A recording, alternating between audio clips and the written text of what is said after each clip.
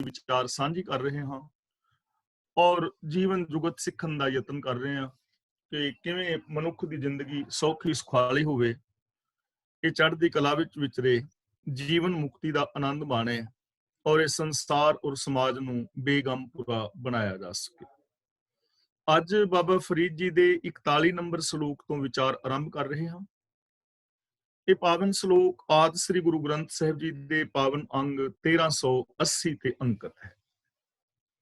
ਬੁੱਢਾ ਹੁਆ ਸ਼ੇਖ ਫਰੀਦ, ਕੰਬਣ ਲੱਗੀ ਦੇ, ਜੇ 100 ਵਰਿਆਂ ਜੀਵਣਾ, ਧੀ ਤਨ ਹੋ ਸਿੱਖੇ। ਦੇਹ ਦਾ ਮਤਲਬ ਸਰੀਰ। ਹੁਣ ਬਾਬਾ ਫਰੀਦ ਜੀ ਕਹਿੰਦੇ ਨੇ ਕਿ ਵਿਸ਼ ਗੰਦਲਾਂ ਦੇ ਪਿੱਛੇ ਦੌੜ ਦੌੜ ਕੇ ਹੀ ਮਨੁੱਖ ਬੁੱਢਾ ਹੋ ਜਾਂਦਾ ਹੈ ਔਰ ਸਰੀਰ ਕੰਮਣ ਲੱਗ ਪੈਂਦਾ।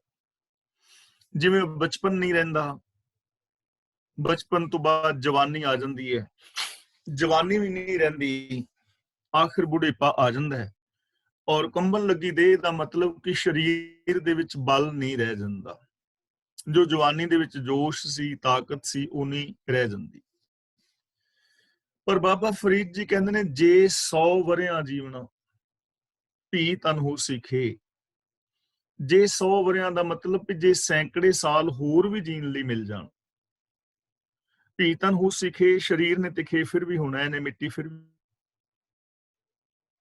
ਯਾਨੀ ਸਰੀਰ ਬੁੱਢਾ ਹੋ ਗਿਆ, ਦੇਹ ਕੰਬ ਰਹੀ ਹੈ, ਬੰਦਾ ਹਾਲੇ ਜੀਣਾ ਚਾਹੁੰਦਾ ਹੈ, ਪਰ ਸੈਂਕੜੇ ਸਾਲ ਦੀ ਜ਼ਿੰਦਗੀ ਹੋਰ ਵੀ ਮਿਲ ਜਾਏ, ਆਖਿਰ ਮਰਨਾ ਤਾਂ ਫਿਰ ਵੀ ਪਵੇਗਾ, ਯਾਨੀ ਮੌਤ ਨਿਸ਼ਚਿਤ ਹੈ। ਸਾਨੂੰ ਸਮਝਾਇਆ ਜਾ ਰਿਹਾ ਹੈ ਕਿ ਸਾਡੇ ਕੋਲ ਜਨਮ ਤੋਂ ਲੈ ਕੇ ਮਰਨ ਤੱਕ, ਜਦ ਜਿਸ ਦਿਨ ਮੌਤ ਆਉਣੀ ਹੈ, ਉਸ ਦਿਨ ਤੱਕ ਸਾਡੇ ਕੋਲ ਸਮਾਂ ਹੈ।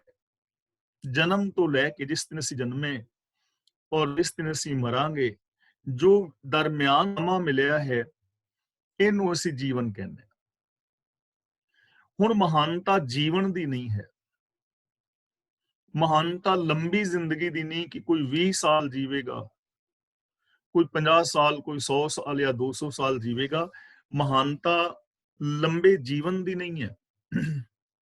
ਮਹਾਨਤਾ ਜੀਵਨ ਜੀਣ ਦੇ ਢੰਗ ਦੀ ਹੈ ਕਿ ਕੋਈ ਜੀਵਨ ਜੀਵੇਗਾ ਕਿਵੇਂ, ਉਹਦੀ ਜ਼ਿੰਦਗੀ ਦਾ ਬੇਸ ਕੀ ਹੋਏਗਾ, ਉਹਦੇ ਜੀਵਨ ਦਾ ਗੋਲ ਕੀ ਹੋਏਗਾ, ਉਹਨੇ ਉਸ ਜੀਵਨ ਨੂੰ, ਸਮੇਂ ਨੂੰ ਗੁਜ਼ਾਰਿਆ ਕਿਵੇਂ ਹੋਵੇਗਾ, ਡਿਪੈਂਡ ਇਹਦੇ ਤੇ ਕਰੇਗਾ। ਹੁਣ ਕੁਝ ਲੋਕ ਐਸੇ ਨੇ ਜੋ ਵਿਸ਼ ਗੰਦਲਾਂ ਦੇ ਪਿੱਛੇ ਹੀ ਆਪਣੀ ਜ਼ਿੰਦਗੀ ਗੁਜ਼ਾਰ ਰਹੇ ਨੇ। ਵਿਸ਼ ਗੰਦਲਾਂ ਦਾ ਮਤਲਬ ਜਿਹੜੇ ਵਿਸ਼ੇ ਵਿਕਾਰ ਨੇ, ਪਾਪ ਅਪਰਾਧ ਨੇ, ਸਾਰੀ ਜ਼ਿੰਦਗੀ ਈਰਖਾ, ਦਵੇਸ਼, ਵੈਰ, ਵਿਰੋਧ, ਇਹਨਾਂ ਔਗਣਾਂ ਦੇ ਵਿੱਚ ਗੁਜ਼ਾਰ ਦਿੱਤੀ, ਤਾਂ ਉਸ ਜ਼ਿੰਦਗੀ ਦਾ ਦੱਸੋ ਲਾਭ ਕੀ ਹੈ?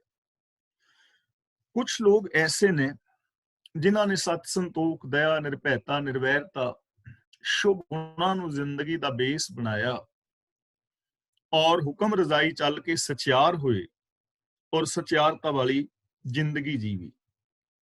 ਉਹ ਇਸ ਸਮਾਜ ਨੂੰ, ਸੰਸਾਰ ਨੂੰ ਕੁਛ ਨਵਾਂ ਦੇ ਕੇ ਗਏ, ਉਹਨਾਂ ਦਾ ਜੀਵਨ ਸਫਲ ਹੈ। ਤਾਂ ਬਾਬਾ ਫਰੀਦ ਜੀ ਸਾਨੂੰ ਇੱਥੇ ਸਮਝਾ ਰਹੇ ਹਨ ਕਿ ਜੀਵਨ ਮਿਲਿਆ ਹੈ, ਇਹਦਾ ਅੰਤ ਜ਼ਰੂਰ ਹੋਣਾ ਹੈ।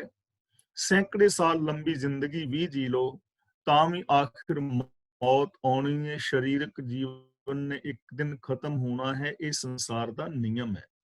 ਇਸ ਲਈ ਇਸ ਜੀਵਨ ਨੂੰ ਵਿਸ਼ ਗੰਦਲਾਂ ਦੇ ਪਿੱਛੇ ਜਿਹੜੀਆਂ ਧਰੀਆਂ ਖੰਡ ਲਿਵਾੜ ਨੇ, ਉਹਨਾਂ ਪਿੱਛੇ ਨਾ ਬਰਬਾਦ ਕਰੋ। ਵਿਸ਼ੇ ਵਿਕਾਰ, ਪਾਪ ਅਪਰਾਧ, ਮੇਰ ਤੇਰ, ਲੜਾਈ, ਦੰਗੇ ਫਸਾਦ, ਆਚਰਣਹੀਨਤਾ, ਇਹਨਾਂ ਵਿੱਚ ਨਾ ਗੁਜ਼ਾਰੋ, ਸਗੋਂ ਸੱਚ ਦੇ ਨਾਲ ਜੁੜੋ ਤੇ ਆਪਣੇ ਇਸ ਜੀਵਨ ਨੂੰ ਸਫਲ ਕਰੋ। ਅਗਲਾ ਬਚਨ ਕਰਦੇ ਨੇ, ਫਰੀਦਾ ਬਾਰ ਪਰਾਏ ਬੈਸਣਾ। ਇਹਨੂੰ ਪਰਾਈਏ ਨਹੀਂ ਪੜਨਾ, ਪਰਾਏ। ਫਰੀਦਾ ਬਾਰ ਪਰਾਏ ਬੈਸਣਾ, ਸਾਈਂ ਮੁਝੇ ਨਾ ਦੇਹ, ਜੇ ਤੂੰ ਏਵੇਂ ਰਖਸੀ, ਜੀਓ ਸ਼ਰੀਰੋਂ ਲੇਹ। ਬਾਰ ਦਾ ਮਤਲਬ ਦਰਵਾਜ਼ਾ, ਦਰ। ਬਾਰ ਪਰਾਏ ਦਾ ਮਤਲਬ ਪਰਾਏ ਬੂਹੇ ਤੇ। ਬੈਸਣਾ ਦਾ ਮਤਲਬ ਬਹਿਣਾ। ਸਾਈਂ ਦਾ ਮਤਲਬ ਹੈ ਮਾਲਕ। ਮੁਝੇ ਦਾ ਮਤਲਬ ਮੈਨੂੰ, ਨਾ ਦੇ ਦਾ ਮਤਲਬ ਨਾ ਦੇ।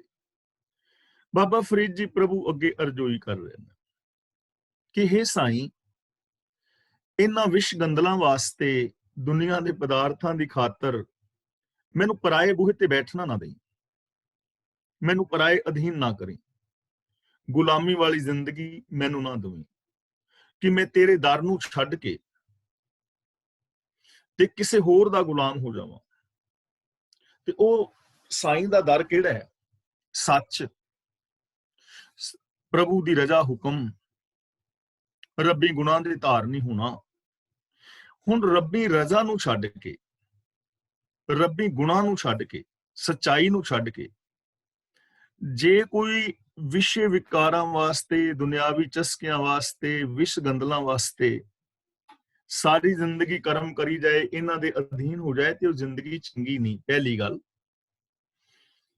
ਤੇ ਦੂਜੀ ਗੱਲ ਹੈ, ਸੱਚ ਦੇ ਰਾਸਤੇ ਨੂੰ ਛੱਡ ਕੇ ਕੋਈ ਵਰਤਾਂ ਦੇ ਅਧੀਨ ਹੋ ਜਾਏ, ਵਰਤ ਰੱਖੀ ਜਾਏ, ਨਰਾਤੇ ਕਰੀ ਜਾਏ, ਸਰਾਧ ਕਰੀ ਜਾਏ, ਤੀਰਥਾਂ ਤੇ ਨਹਾਈ ਜਾਏ, ਜਪ ਤਪ ਸੰਜਮ ਕਰੀ ਜਾਏ, ਸੰਸਾਰ ਗ੍ਰਸਤ ਨੂੰ ਛੱਡ ਕੇ ਜੰਗਲਾਂ ਦੇ ਅੰਦਰ ਵਿਚਰੀ ਜਾਏ, ਔਰ ਹੋਰ ਪੁੱਠੇ ਸਿੱਧੇ ਕੰਮ ਕਰੀ ਜਾਏ, ਦਸਮ ਦੁਆਰ ਵਿੱਚ ਪ੍ਰਾਣ ਚੜਾਉਣ ਦੇ ਯਤਨ ਕਰੇ, ਗੁਫਾਵਾਂ ਵਿੱਚ ਵੜ ਜਾਏ, ਕੰਦਰਾਂ ਵਿੱਚ ਵੜ ਜਾਏ, ਮੜੀਆਂ ਦੇ ਵਿੱਚ ਬੈਠਾ ਰਹੇ, ਜਾਂ ਹੋਰ ਬਾਹਰ ਦੇ ਭੇਖ ਧਾਰਨ ਕਰਦਾ ਰਹੇ, ਇਹ ਸਾਰੇ ਪਰਾਇਆ ਬਾਹਰ ਹੈ। ਸੱਚ ਨੂੰ ਛੱਡ ਕੇ ਇਹਨਾਂ ਦੇ ਅਧੀਨ ਹੋ ਜਾਣਾ ਕੋਈ ਚੰਗੀ ਗੱਲ ਨਹੀਂ ਹੈ। ਤਾਂ ਹੇ ਮਾਲਕ, ਮੇਰੇ ਤੇ ਰਹਿਮਤ ਕਰ ਕਿ ਮੈਂ ਸੱਚ ਦੇ ਨਾਲ ਜੁੜਿਆ ਰਹਾਂ, ਮੈਂ ਸੱਚ ਨੂੰ ਛੱਡ ਕੇ ਬੇਗਾਨੇ ਦਰ ਤੇ, ਝੂਠ, ਵਿਕਾਰ, ਕਰਮ ਕਾਂਡਾਂ ਦੇ ਦਰ ਤੇ ਨਾ ਜਾਵਾਂ। ਜਿਵੇਂ ਭਗਤ ਕਬੀਰ ਜੀ ਕਹਿੰਦੇ ਨੇ ਨਾ, ਕਬੀਰ ਜਿਹੇ ਮਾਰਗ ਪੰਡਿਤ ਗਏ, ਪਾਛੇ ਪਰੀ ਬਹੀਰ, ਇੱਕ ਅਵਕਟ ਘਾਟੀ ਰਾਮ ਕੀਤੇ ਚੜ ਰਹੇ ਹੋ ਕਬੀਰ, ਕਿ ਜਿੱਧਰ ਕਰਮ ਕਾਂਡੀ ਲੋਕ ਗਏ ਨੇ, ਉਧਰ ਲੋਕਾਂ ਨੇ ਵਹੀਰਾਂ ਘੱਤ ਲਈਆਂ ਨੇ, ਪਰ ਸੱਚ ਦੇ ਰਾਹ ਵਾਲੇ ਪਾਸੇ ਤਾਂ ਭਗਤ ਕਬੀਰ ਜੀ ਇਕੱਲੇ ਨਜ਼ਰ ਹੀ ਪੈ ਰਹੇ ਨੇ। ਯਾਨੀ ਸੱਚ ਦੇ ਰਾਹਾਂ ਤੇ ਭੀੜ ਨਹੀਂ ਹੁੰਦੀ, ਤੇ ਜਿੱਧਰ ਭੀੜ ਹੁੰਦੀ ਉਧਰ ਬਹੁਤੀ ਵਾਰੀ ਸੱਚ ਨਹੀਂ ਹੁੰਦਾ। ਨਾਲ ਹੁਣ ਕਹਿ ਰਹੇ ਨੇ, ਜੇ ਤੂੰ ਐਵੇਂ ਰਖਸੀ ਜੀਓ ਸ਼ਰੀਰੋਂ ਲੇਹ, ਜੀਓ ਦਾ ਮਤਲਬ ਜਿੰਦ, ਐਵੇਂ ਦਾ ਮਤਲਬ ਇਸੇ ਤਰ੍ਹਾਂ ਕਿ ਇਹ ਮਾਲਕ, ਜੇ ਤੂੰ ਇਸੇ ਤਰ੍ਹਾਂ ਰੱਖਣਾ ਹੈ, ਯਾਨੀ ਮੈਂ ਪਰਾਏ ਬਾਰ ਤੇ ਰਹਿਣਾ, ਸੱਚ ਨੂੰ ਛੱਡ ਕੇ ਮੈਂ ਕਰਮ ਕਾਂਡ ਹੀ ਕਰਨੇ ਨੇ, 2 ਨੰਬਰ ਦੇ ਧੰਦੇ ਹੀ ਕਰਨੇ ਨੇ, ਤਾਂ ਜੀਓ ਸ਼ਰੀਰੋਂ ਲੇਹ ਦਾ ਮਤਲਬ ਮੇਰੇ ਸਰੀਰ ਚੋਂ ਜਿੰਦ ਕੱਢ ਲੈ, ਯਾਨੀ ਐਸੀ ਜ਼ਿੰਦਗੀ ਦੇ ਨਾਲੋਂ ਮਰ ਜਾਣਾ ਚੰਗਾ ਹੈ। ਸੱਚ ਨੂੰ ਛੱਡ ਕੇ ਵਿਸ਼ੇ ਵਿਕਾਰਾਂ ਦੀ ਜ਼ਿੰਦਗੀ ਜੀਣ ਨਾਲੋਂ ਤਾਂ ਮੈਂ ਸਰੀਰ ਚੋਂ, ਮੇਰੇ ਚੋਂ ਜਿੰਦ ਕੱਢ ਲਈ, ਮੈਨੂੰ ਮੌਤ ਦੇ ਦੇਵੀਂ, ਲੇਕਿਨ ਸੱਚ ਨੂੰ ਛੱਡ ਕੇ ਮੈਂ ਇਹਨਾਂ ਪਾਪਾਂ ਵਿਕਾਰਾਂ ਦੇ ਵਿੱਚ ਖਚਤ ਨਾ ਹੋਵਾਂ। ਤਾਂ ਇੱਥੇ ਸਾਨੂੰ ਦ੍ਰਿੜਤਾ ਸਿਖਾਈ ਜਾ ਰਹੀ ਹੈ ਜ਼ਿੰਦਗੀ ਦੀ, ਕਿ ਜਿਹੜੇ ਵਿਸ਼ੇ ਵਿਕਾਰ, ਪਾਪ, ਅਪਰਾਧ ਨੇ, ਇਹਨਾਂ ਵਾਸਤੇ ਜ਼ਿੰਦਗੀ ਐਵੇਂ ਤਬਾਹ ਕਰ ਦੇਣੀ ਚੰਗੀ ਸਮਝਦਾਰੀ ਵਾਲੀ ਗੱਲ ਨਹੀਂ ਹੈ। ਔਰ ਸੱਚ ਨੂੰ, ਰੱਬੀ ਗੁਣਾਂ ਨੂੰ ਛੱਡ ਕੇ ਕਰਮ ਕਾਂਡਾਂ ਵਿੱਚ ਪੈ ਕੇ ਰੱਬ ਨੂੰ ਖੁਸ਼ ਕਰਨ ਦਾ ਯਤਨ ਕਰਨਾ, ਔਰ ਮਰਨ ਤੋਂ ਬਾਅਦ ਸਵਰਗ ਦੀ ਆਸ ਰੱਖਣੀ, ਜਾਂ ਨਰਕਾਂ ਦਾ ਆਦਿਕ ਦਾ ਡਰ, ਜਾਂ ਮਰਨ ਤੋਂ ਬਾਅਦ ਵਾਲੀ ਜਿਹੜੀ ਮੁਕਤੀ ਹੈ ਉਹਦੇ ਵਾਸਤੇ ਯਤਨ ਕਰਨੇ, ਇਹ ਬੇਕਾਰ ਦੀ ਗੱਲ ਹੈ, ਇਹਦਾ ਕੋਈ ਲਾਭ ਨਹੀਂ ਹੈ। ਕਿਉਂਕਿ ਜਿਹੜਾ ਵੀ ਇਨਸਾਨ ਸੱਚ ਨੂੰ ਛੱਡ ਕੇ, ਸ਼ੁਭ ਗੁਣਾਂ ਨੂੰ ਛੱਡ ਕੇ ਵਿਕਾਰਾਂ ਔਰ ਕਰਮ ਕਾਂਡਾਂ ਦੇ ਅੰਦਰ ਉਲਝ ਜਾਏਗਾ ਨਾ, ਉਹਦੀ ਆਤਮਕ ਮੌਤ ਹੋ ਜਾਏਗੀ, ਉਹ ਇਨਸਾਨ ਮਰ ਜਾਏਗਾ। ਮਰਨ ਦਾ ਮਤਲਬ ਇਹ ਨਹੀਂ ਕਿ ਉਹਦਾ ਸਰੀਰ ਖਤਮ ਹੋ ਜਾਏਗਾ, ਇਹਦਾ ਮਤਲਬ ਹੈ ਕਿ ਉਹਦੀ ਆਤਮਕ ਮੌਤ ਹੋ ਜਾਏਗੀ, ਉਹਦੇ ਅੰਦਰੋਂ ਇਨਸਾਨੀਅਤ ਮਰ ਜਾਏਗੀ। ਤਾਂ ਇੱਥੇ ਸਾਨੂੰ ਦ੍ਰਿੜਤਾ ਕਰਾਈ ਜਾ ਰਹੀ ਹੈ ਕਿ ਤੁਸੀਂ ਖੁਦ ਮੁਖਤਿਆਰੀ ਵਾਲੀ ਜ਼ਿੰਦਗੀ ਜੀਣੀ ਹੈ, ਸੱਚ ਦੇ ਨਾਲ ਜੁੜਨਾ ਹੈ, ਯੂਨੀਵਰਸਲ ਟਰੁੱਥ ਦੇ ਨਾਲ ਜੁੜਨਾ ਹੈ, ਰੱਬੀ ਰਜ਼ਾ ਦੇ ਵਿੱਚ ਰਹਿਣਾ ਹੈ, ਵਿਕਾਰਾਂ ਦੇ ਅਧੀਨ ਨਹੀਂ ਹੋਣਾ। ਵਿਕਾਰਾਂ ਦੇ ਅਧੀਨ ਜੇ ਹੋਵੋਗੇ ਤਾਂ ਤੁਹਾਡੀ ਆਤਮਕ ਮੌਤ ਹੋ ਜਾਏਗੀ। ਅਗਲਾ ਬਚਨ ਕਰਦੇ ਨੇ, ਕੰਧ ਕੁਹਾੜਾ, ਸਿਰ ਘੜਾ, ਵਣ ਕੈਸਰ ਲੋਹਾਰ, ਫਰੀਦਾ ਹੋਂ ਲੋੜੀ ਸ਼ੋਹ ਆਪਣਾ, ਤੂੰ ਲੋੜ ਹੈ ਅੰਗਿਆਰ। ਇਸ ਸ਼ਲੋਕ ਦੇ ਅਰਥ ਜਿਹੜੇ ਨੇ ਵਿਦਵਾਨ ਪੁਰਸ਼ਾਂ ਨੇ ਵੱਖਰੇ ਵੱਖਰੇ ਕੀਤੇ ਨੇ, ਔਰ ਕੋਈ ਅਰਥ ਕਰਨ ਵਾਲਾ ਦੂਜੇ ਦੇ ਨਾਲ ਅਰਥ ਰਲਦਾ ਨਹੀਂ। ਆਮ ਤੌਰ ਤੇ ਅਰਥ ਇਹ ਕੀਤੇ ਜਾਂਦੇ ਹਨ ਕਿ ਲੋਹਾਰ ਘੜਾ ਸਿਰ ਤੇ ਚੁੱਕ ਕੇ ਅਤੇ ਮੋਢੇ ਤੇ ਕੁਹਾੜਾ ਰੱਖ ਕੇ ਰੁੱਖ ਦੇ ਦੁਆਲੇ ਹੋਇਆ ਹੈ, ਤੇ ਫਰੀਦ ਜੀ ਉਸ ਨੂੰ ਕਹਿੰਦੇ ਹਨ ਕਿ ਮੈਂ ਤਾਂ ਰੁੱਖ ਪਾਸ ਜਾ ਰਿਹਾ ਹਾਂ ਭਗਤੀ ਕਰਨ ਲਈ, ਪਰ ਤੂੰ ਉਹਨੂੰ ਵੱਢ ਕੇ ਅੰਗਾਰ ਬਣਾਉਣ ਲਈ ਜਾ ਰਿਹਾ ਹੈ। ਹੁਣ ਇਹਨਾਂ ਅਰਥਾਂ ਦੇ ਮੰਨਣ ਵਿੱਚ ਕਈ ਔਂਕੜਾਂ ਨੇ।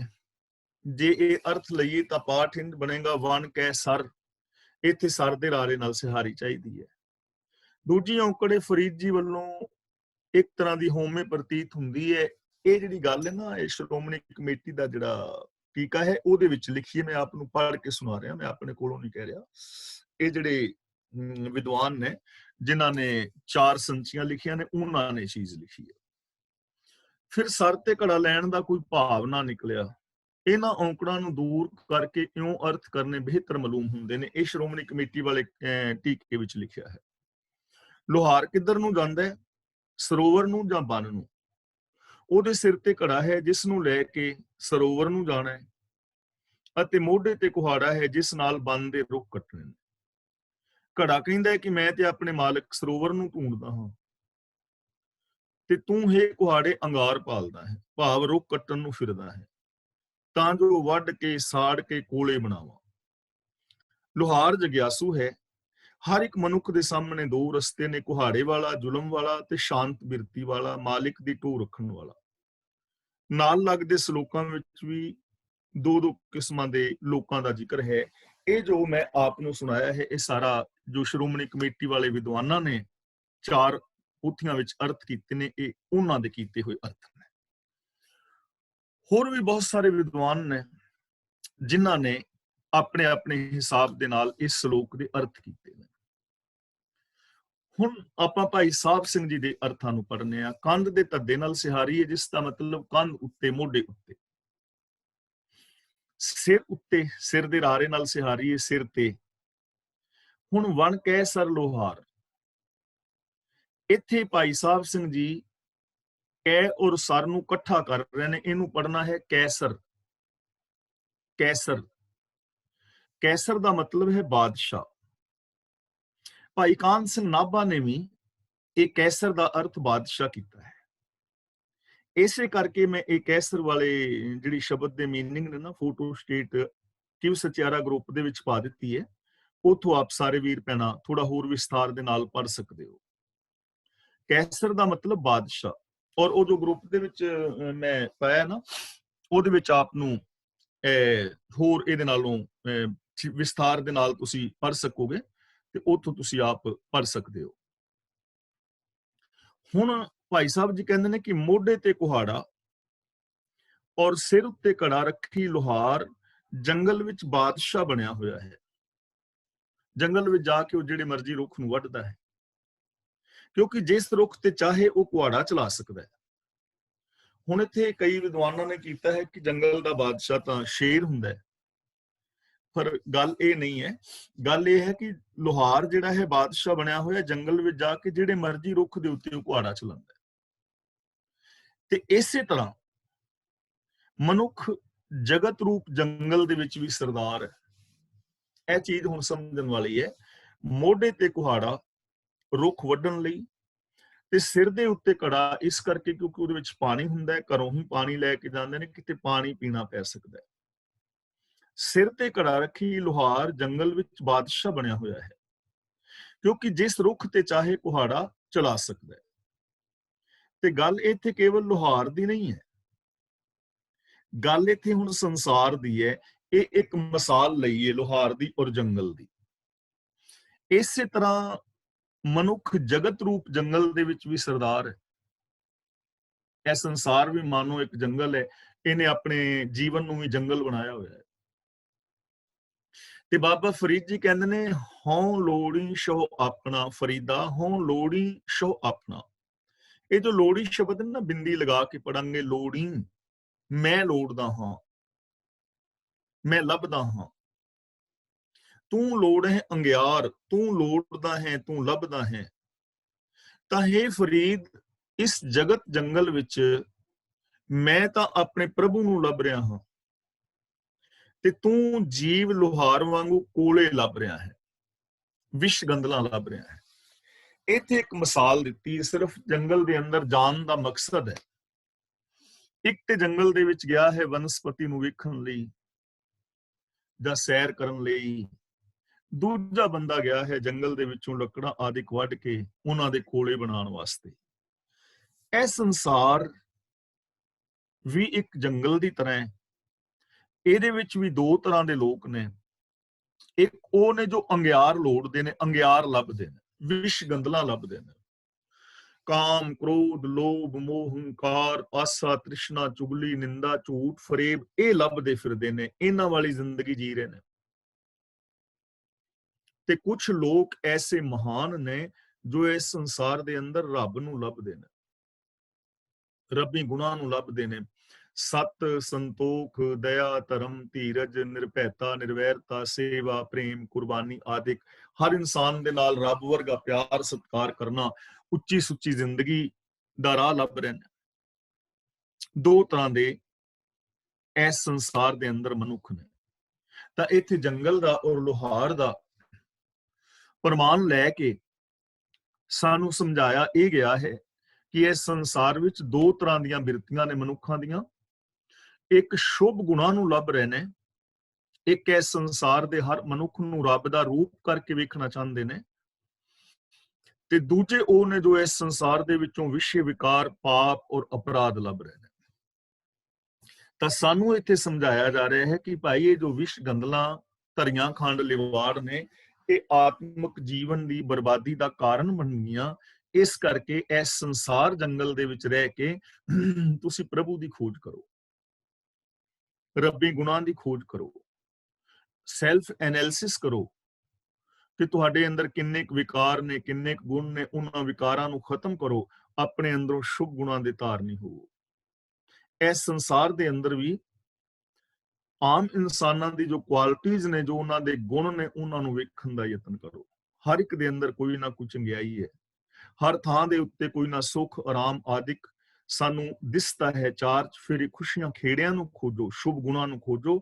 ਐਵੇਂ ਅੰਗਿਆਰ ਨਾ ਲੱਭਦੇ ਫਿਰੋ, ਐਵੇਂ ਕਾਮ ਕ੍ਰੋਧ ਦੀ ਅੱਗ ਦੇ ਅੰਗਿਆਰ ਨਾ ਬਣਾਉਂਦੇ ਫਿਰੋ। ਇਸ ਸੰਸਾਰ ਨੂੰ ਸ਼ੁਭ ਗੁਣਾਂ ਵਾਸਤੇ ਵਰਤੋ। ਅਗਲਾ ਬਚਨ ਕਰਦੇ ਨੇ, ਫਰੀਦਾ ਇਕ ਨਾ ਆਟਾ ਅਗਲਾ, ਇਕ ਨਾ ਨਾਹੀ ਲੋਣ, ਅੱਗੇ ਗਏ ਸਿੰਜਾਪਸਨ, ਚੋਟਾਂ ਖਾਸੀ ਕੌਣ। ਇਹਨੂੰ ਸਿੰਜਾਪਸਨ ਨਹੀਂ ਪੜਨਾ, ਝੱਜਾ ਨਹੀਂ ਬੋਲਣਾ, ਜੱਜਾ ਵੀ ਨਹੀਂ ਬੋਲਣਾ। ਕਈ ਵੀਰ ਭੈਣਾਂ ਬੋਲ ਜਾਂਦੇ ਨੇ ਸਿੰਜਾਪਸਨ, ਜੱਜਾ। ਕਈ ਬੋਲ ਜਾਂਦੇ ਨੇ ਸਿੰਜਾ, ਝੱਜਾ। ਇਹਨੂੰ ਨੰਨਾ ਬੋਲਣਾ ਹੈ, ਚੱਚਾ, ਛੱਛਾ, ਜੱਜਾ, ਝੱਜਾ, ਨੰਨਾ, ਨੰਨਾ। ਅੱਗੇ ਗਏ ਸਿੰਜਾਪਸਨ, ਚੋਟਾਂ ਖਾਸੀ ਕੌਣ। ਬਾਬਾ ਫਰੀਦ ਜੀ ਕਹਿੰਦੇ ਨੇ ਕਿ ਕਈ ਬੰਦਿਆਂ ਦੇ ਕੋਲ ਆਟਾ ਅਗਲਾ, ਅਗਲਾ ਦਾ ਮਤਲਬ ਬਹੁਤ ਜ਼ਿਆਦਾ, ਲੋਨ ਦਾ ਮਤਲਬ ਲੂਣ, ਨਮਕ, ਲੂਣ, ਕਿਉਂਕਿ ਪੰਜਾਬੀ ਵਰਡ ਦੇ ਲੂਣ ਅਸੀਂ ਨਮਕ ਕਹਿਣ ਲੱਗ ਗਏ ਹਾਂ, ਲੂਣ। ਕਈ ਬੰਦਿਆਂ ਕੋਲ ਆਟਾ ਬਹੁਤ ਹੈ। ਆਟਾ ਬਹੁਤ ਦਾ ਮਤਲਬ ਕੱਲਾ ਆਟਾ ਨਹੀਂ, ਦੁਨੀਆ ਦੇ ਪਦਾਰਥ, ਵਿਸ਼ ਗੰਦਲਾਂ ਜਿਹੜੀਆਂ ਖੰਡ ਨਾਲ ਲਵੇੜ ਕੇ ਧਰੀਆਂ ਨੇ, ਵਿਸ਼ੇ ਵਿਕਾਰ ਬਹੁਤ ਨੇ। ਇਕਨਾਂ ਦੇ ਕੋਲ ਦੁਨਿਆਵੀ ਪਦਾਰਥ ਬਹੁਤ ਨੇ, ਸਹੂਲਤਾਂ ਬਹੁਤ ਨੇ। ਇਕਨਾ ਨਾ ਹੀ ਲੋਨ, ਤੇ ਇੱਕ ਉਹ ਨੇ ਜਿਨ੍ਹਾਂ ਦੇ ਕੋਲ ਵਿਚਾਰਿਆਂ ਕੋਲ ਨਮਕ ਵੀ ਨਹੀਂ ਹੈ, ਕਿਉਂਕਿ ਲੂਣ ਸਾਰਿਆਂ ਤੋਂ ਸਸਤਾ ਹੁੰਦਾ ਨਾ, ਉਹਨਾਂ ਦੇ ਕੋਲ ਲੂਣ ਵੀ ਨਹੀਂ। ਇਕਨਾਂ ਦੇ ਕੋਲ ਤੇ ਆਟੇ ਦੇ ਅੰਬਾਰ ਲੱਗੇ ਨੇ, ਢੇਰ ਲੱਗੇ ਨੇ, ਤੇ ਦੂਜੇ ਉਹਨਾਂ ਦੇ ਕੋਲ ਨਮਕ ਵੀ ਨਹੀਂ ਹੈ, ਲੂਣ ਵੀ ਨਹੀਂ ਹੈ, ਯਾਨੀ ਪਦਾਰਥਾਂ ਦੀ ਘਾਟ ਹੈ। ਹੁਣ ਇਹਨਾਂ ਦੋਵਾਂ ਚੋਂ ਚੰਗਾ ਕੌਣ ਹੈ, ਸੁਖੀ ਕੌਣ ਹੈ? ਜਿਹਦੇ ਕੋਲ ਲੂਣ ਨਹੀਂ ਉਹ, ਜਾਂ ਜਿਹਦੇ ਕੋਲ ਪਦਾਰਥਾਂ ਦੀ ਬਹੁਤਾਤ ਹੈ? ਤਾਂ ਬਾਬਾ ਫਰੀਦ ਜੀ ਕਹਿੰਦੇ ਨੇ, ਅੱਗੇ ਗਏ ਸਿੰਜਾਪਸਨ। ਸਿੰਜਾਪਸਨ ਦਾ ਮਤਲਬ ਪਛਾਣੇ ਜਾਣਗੇ। ਚੋਟਾਂ ਖਾਸੀ ਕੌਣ ਦਾ ਮਤਲਬ ਕੌਣ ਚੋਟਾਂ ਖਾਏਗਾ, ਨਮੋਸ਼ੀ ਕਿਹਨੂੰ ਵੇਖਣੀ ਪਵੇਗੀ। ਚੋਟਾਂ ਖਾਣ ਦਾ ਮਤਲਬ ਨਮੋਸ਼ੀ। ਅੱਗੇ ਗਏ ਸਿੰਜਾਪਸਨ, ਇਤਨਾ ਮੁਸਲਮਾਨੀ ਖਿਆਲ ਮੁਤਾਬਕ ਜਦੋਂ ਕਿਆਮਤ ਵਾਲਾ ਦਿਨ ਆਏਗਾ, ਪੂਰੀ ਦੁਨੀਆ ਖਤਮ ਹੋਏਗੀ, ਰੱਬ ਜਿਹੜਾ ਹੈ ਖੁਦਾ ਫਿਰ ਮੁਰਦਿਆਂ ਨੂੰ ਉਠਾ ਲਵੇਗਾ, ਫਿਰ ਉਹਨਾਂ ਦਾ ਲੇਖਾ ਜੋਖਾ ਹੋਏਗਾ। ਜਿਨ੍ਹਾਂ ਨੇ ਚੰਗੇ ਕੰਮ ਕੀਤੇ ਹੋਣਗੇ, ਇਸਲਾਮ ਤੇ ਈਮਾਨ ਲਿਆਂਦਾ ਹੋਏਗਾ, ਉਹ ਜੰਨਤ ਵਿੱਚ ਤੇ ਬਾਕੀ ਦੇ ਦੋਜ਼ਖ ਵਿੱਚ ਚਲੇ ਜਾਣਗੇ। ਹਿੰਦੂ ਵੀਰਾਂ ਦੇ ਖਿਆਲ ਮੁਤਾਬਕ ਵੀ ਜਿਨ੍ਹਾਂ ਨੇ ਚੰਗੇ ਕੰਮ ਕੀਤੇ ਹੋਣਗੇ ਉਹ ਸਵਰਗ ਵਿੱਚ, ਤੇ ਜਿਨ੍ਹਾਂ ਨੇ ਮਾੜੇ ਕਰਮ ਕੀਤੇ ਹੋਣਗੇ ਉਹ ਨਰਕ ਦੇ ਵਿੱਚ ਧੱਕੇ ਖਾਣਗੇ ਮਰਨ ਤੋਂ ਬਾਅਦ। ਪਰ ਜੋ ਗੁਰਮਤ ਹੈ ਉਹ ਮਰਨ ਤੋਂ ਬਾਅਦ ਵਾਲੇ ਨਰਕ ਸਵਰਗ ਨੂੰ ਰੱਦ ਕਰਦੀ ਹੈ। ਮਰਨ ਤੋਂ ਬਾਅਦ ਕੋਈ ਨਰਕ ਸਵਰਗ ਨਹੀਂ। ਆਪਾਂ ਇਹ ਚੀਜ਼ਾਂ ਵਿਚਾਰ ਚੁੱਕੇ ਹਾਂ। ਕਵਨ ਨਰਕ ਕਿਆ ਸੁਰਗ ਵਿਚਾਰਾ, ਸੰਤਨ ਦੋ ਰਾਦੇ, ਹਮ ਕਾਹੂ ਕੀ ਕਾਨ ਨਾ ਕੱਢਤੇ ਆਪਣੇ ਗੁਰ ਪ੍ਰਸਾਦੇ। ਸੁਰਗ ਬਾਸ ਨਾ ਬਾਂਛੀਐ, ਡਰੀਏ ਨਾ ਨਰਕ ਨਿਵਾਸ, ਹੋਣਾ ਹੈ ਸੋ ਹੋਈ ਹੈ, ਮਨਹਿ ਨਾ ਕੀਜੈ ਆਸ। ਤਾਂ ਇੱਥੇ ਉਹ ਸ਼ਬਦਾਵਲੀ ਵਰਤੀ ਗਈ ਹੈ। ਹੁਣ ਸਮਝਣ ਵਾਲੀ ਗੱਲ ਹੈ, ਅੱਗੇ ਗਏ ਸੰਜਾਪਸਨ, ਅੱਗੇ ਦਾ ਮਤਲਬ ਫਿਊਚਰ, ਸੱਚ ਦੇ ਅੱਗੇ ਪੇਸ਼ ਜਦੋਂ ਹੋਵਾਂਗੇ, ਜਿੱਥੇ ਸੱਚ ਦੇ ਆਧਾਰ ਤੇ ਫੈਸਲੇ ਕੀਤੇ ਜਾਣਗੇ, ਉਦੋਂ ਚੋਟਾਂ ਕੌਣ ਖਾਏਗਾ? ਉਦੋਂ ਨਮੋਸ਼ੀ ਕਿਹਨੂੰ ਵੇਖਣੀ ਪਵੇਗੀ? ਜਿਹਨੇ 2 ਨੰਬਰ ਦੇ ਧੰਦੇ ਕੀਤੇ ਨੇ ਜਾਂ ਕਿ ਜਿਹਨੇ ਰੁੱਖੀ ਮਿੱਸੀ ਖਾਧੀ ਹੈ। ਸਾਹਿਬ ਸ੍ਰੀ ਗੁਰੂ ਨਾਨਕ ਪਾਤਸ਼ਾਹ ਜੀ ਮਹਾਰਾਜ ਭਾਈ ਲਾਲੋ ਦੇ ਘਰ ਵਿੱਚ ਨੇ, ਤੇ ਉੱਥੇ ਕੋਧਰੇ ਦਾ ਪ੍ਰਸ਼ਾਦਾ ਖਾ ਰਹੇ ਨੇ। ਉਹਦੇ ਘਰ ਵਿੱਚ ਕੋਈ ਬਹੁਤ ਵੱਡੀਆਂ ਸਹੂਲਤਾਂ ਨਹੀਂ ਹਨ, ਲੇਕਿਨ ਭਾਈ ਲਾਲੋ ਕਿਰਤੀ ਹੈ, ਸੱਚ ਦਾ ਪੁਜਾਰੀ ਹੈ। ਦੂਜੇ ਪਾਸੇ ਮਲਕ ਭਾਗੋ ਦੇ ਘਰ ਦੇ ਅੰਦਰ ਆਟਾ ਬੜਾ ਹੈ, ਮਤਲਬ ਬੜੇ ਪਦਾਰਥ ਨੇ। ਉੱਥੇ ਪੂੜੇ ਤਲੇ ਨੇ ਦੇਸੀ ਘਿਓ ਵਿੱਚ, ਉੱਥੇ ਦਹੀਂ ਭੱਲੇ ਬਣੇ ਨੇ, ਦਾਲ ਬਣੀ ਹੈ, ਸਬਜ਼ੀ ਬਣੀ ਹੈ, ਪਕੌੜੇ ਬਣੇ ਨੇ, ਖੀਰ ਬਣੀ ਹੈ, ਤਸਮਈ ਬਣੀ ਹੈ, ਕੜਾਹ ਪ੍ਰਸ਼ਾਦ ਬਣਿਆ, ਬਹੁਤ ਕੁਝ ਬਣਿਆ, 36 ਕਿਸਮ ਦੇ ਭੋਜਨ। ਆਮ ਜਨਤਾ ਜੁੜੀ ਹੋਈ ਹੈ, ਕਿਉਂਕਿ ਗੁਰੂ ਨਾਨਕ ਦੇਵ ਨੂੰ ਬਾਰ-ਬਾਰ ਬੁਲਾਇਆ ਗਿਆ, ਗਏ ਨਹੀਂ। ਫਿਰ ਜਦੋਂ ਫਿਰ ਬੇਨਤੀ ਕੀਤੀ, ਗਏ। ਤੇ ਸਾਰੀ ਭਰੀ ਸਭਾ ਦੇ ਵਿੱਚ ਬੜੇ ਹੰਕਾਰ ਦੇ ਨਾਲ ਜਦੋਂ ਮਲਕ ਭਾਗੋ ਨੇ ਆਖਿਆ ਵੀ ਬਾਬਾ, ਤੂੰ ਇਹ ਗਰੀਬ ਦੇ ਘਰ ਵਿੱਚ ਬੈਠਾ ਹੈ, ਜਿੱਥੇ ਖਾਣ ਵਾਸਤੇ ਕੋਈ ਪਦਾਰਥ ਨਹੀਂ, ਰਹਿਣ ਵਾਸਤੇ ਕੋਈ ਚੰਗੀ ਸਹੂਲਤ ਨਹੀਂ।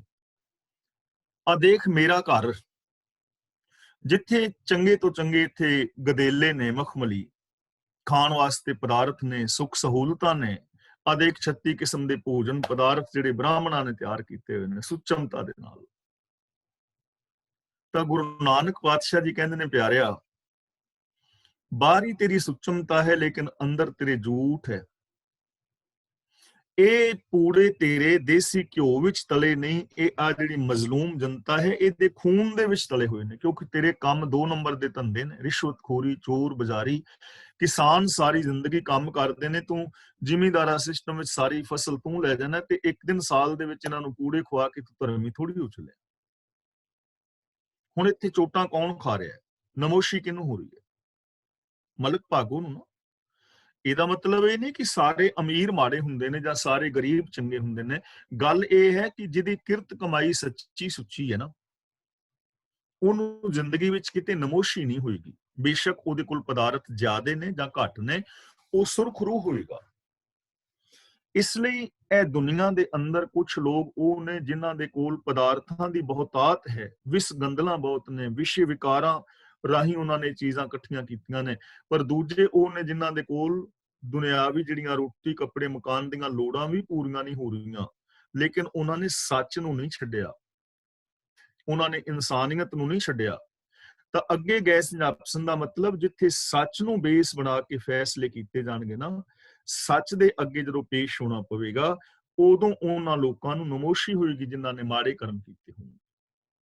ਇਸ ਲਈ ਸਾਨੂੰ ਇੱਥੇ ਸਮਝਾਇਆ ਜਾ ਰਿਹਾ ਹੈ ਕਿ ਜੇਕਰ 2 ਨੰਬਰ ਦੇ ਧੰਦੇ ਬੰਦ ਕੀਤੇ ਜਾਣ, ਸੱਚੀ ਸੁੱਚੀ ਕਿਰਤ ਵਾਲੇ ਪਾਸੇ ਧਿਆਨ ਦਿੱਤਾ ਜਾਏ, ਤਾਂ ਇਸ ਦੁਨੀਆ ਦੇ ਅੰਦਰ ਹਰ ਇਨਸਾਨ ਦੀ ਰੋਟੀ, ਕੱਪੜੇ, ਮਕਾਨ ਦੀ ਲੋੜ ਪੂਰੀ ਹੋ ਸਕਦੀ ਹੈ।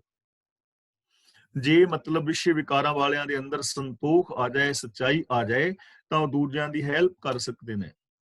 ਜੇ ਜਮਾਖੋਰੀ ਖਤਮ ਹੋ ਜਾਏ ਤਾਂ ਦੁਨੀਆ ਦੇ ਵਿੱਚੋਂ ਜਿਹੜੀ ਹੈ ਮਹਿੰਗਾਈ ਵਗੈਰਾ ਖਤਮ ਹੋਏਗੀ।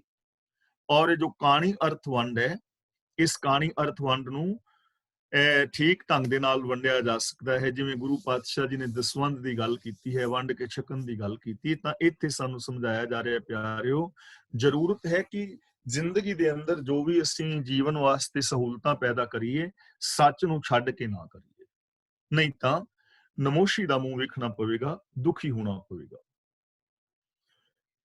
ਆਸ ਦਮਾਮੇ ਛੱਤ ਸਿਰ, ਭੇਰੀ ਸੱਡੋ ਰੱਡ, ਜਾਏ ਸੁੱਤੇ ਜੀਰਾਨ ਮਹਿ, ਥੀਏ ਅਤੀਮਾ ਗੱਡ। ਇੱਥੇ ਪਾਸ ਦਾ ਮਤਲਬ ਕੋਲ,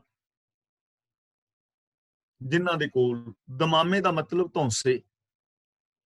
ਛੱਤ ਦਾ ਮਤਲਬ ਹੈ ਛਤਰ। ਸਿਰ ਦੇ ਰਾਰੇ ਨਾਲ ਸਿਹਾਰੀ ਹੋਣ ਕਰਕੇ ਸਿਰ ਉੱਤੇ। ਭੇਰੀ ਦਾ ਮਤਲਬ ਤੂਤੀਆਂ। ਸੱਡੋ ਦਾ ਮਤਲਬ ਹੈ ਸੱਦ, ਸਿਫਤ ਦੇ ਗੀਤ। ਤੇ ਰੱਡ ਇੱਕ ਛੰਦ ਦਾ ਨਾਮ ਹੈ ਜੋ ਕਿਸੇ ਦੀ ਉਸਤਤ ਕਰਨ ਵੇਲੇ ਵਰਤਿਆ ਜਾਂਦਾ ਹੈ। ਸਵਈਆਂ ਦੇ ਵਿੱਚ ਤੁਸੀਂ ਇਹ ਵੇਖ ਸਕਦੇ ਹੋ। ਤਾਂ ਬਾਬਾ ਫਰੀਦ ਜੀ ਕਹਿੰਦੇ ਨੇ ਕਿ ਇਹਨਾਂ ਵਿਸ਼ ਗੰਦਲਾਂ ਦਾ ਮਾਣ ਕੀ ਕਰਨਾ, ਹੰਕਾਰ ਕੀ ਕਰਨਾ।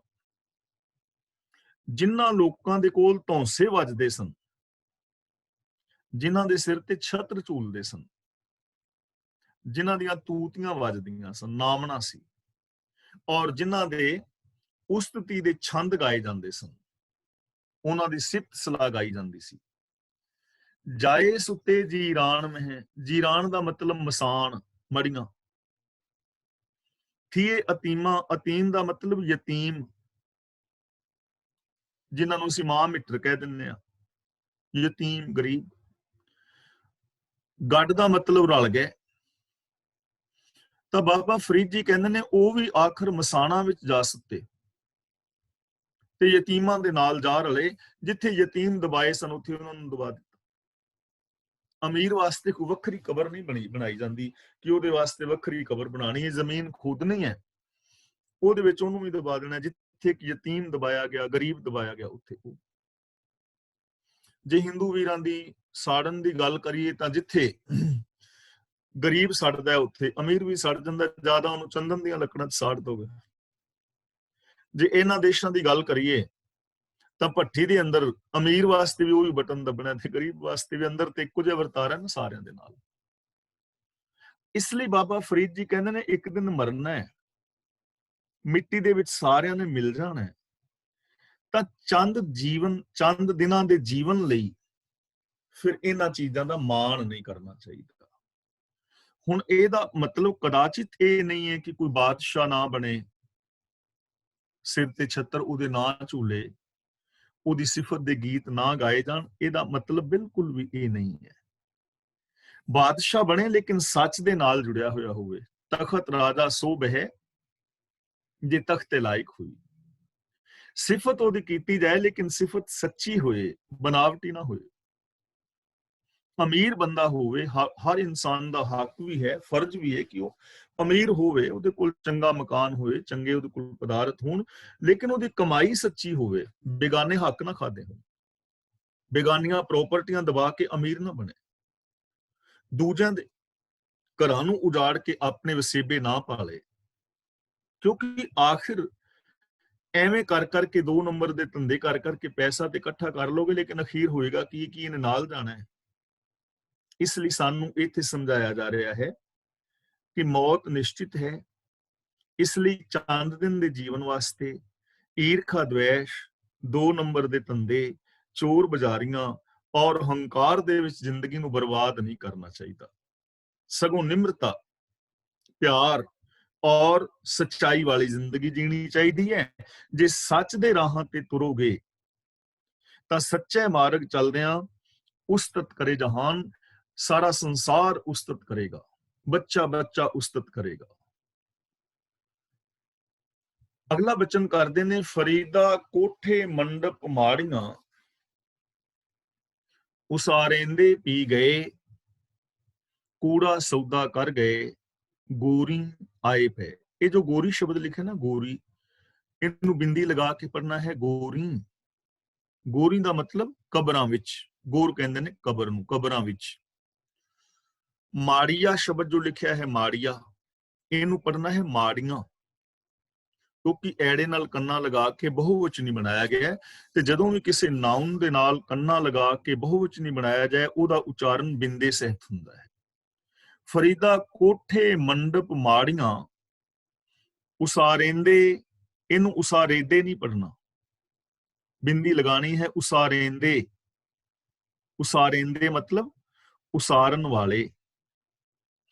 ਹੁਣ ਬਾਬਾ ਫਰੀਦ ਜੀ ਕਹਿੰਦੇ ਨੇ ਕਿ ਜੋ ਵਿਸ਼ ਗੰਦਲਾਂ ਦੇ ਵਪਾਰੀ ਵੱਲ ਤੱਕ, ਜਿਹੜੇ ਵਿਸ਼ ਗੰਦਲਾਂ ਦੇ ਵਪਾਰੀ ਸਨ, ਕਾਮ, ਕ੍ਰੋਧ, ਲੋਭ, ਮੋਹ, ਹੰਕਾਰ, ਚਸਕੇ, ਘਰ ਮਹਿਲ ਮਾੜੀਆਂ ਉਸਾਰਨ ਵਾਲੇ ਵੀ ਇਹਨਾਂ ਨੂੰ ਛੱਡ ਕੇ ਚਲੇ ਗਏ।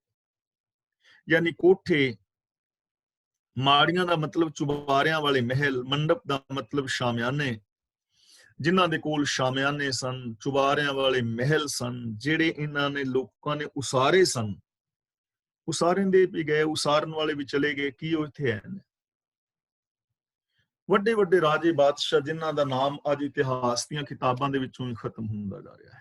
ਭਗਤ ਬੇਣੀ ਜੀ ਦਾ ਨਾਮ ਤੁਹਾਨੂੰ ਸਾਰਿਆਂ ਨੂੰ ਯਾਦ ਹੈ ਨਾ? ਭਗਤ ਬੇਣੀ ਜੀ ਦੇ ਸਮੇਂ ਬਾਦਸ਼ਾਹ ਕੌਣ ਸੀ?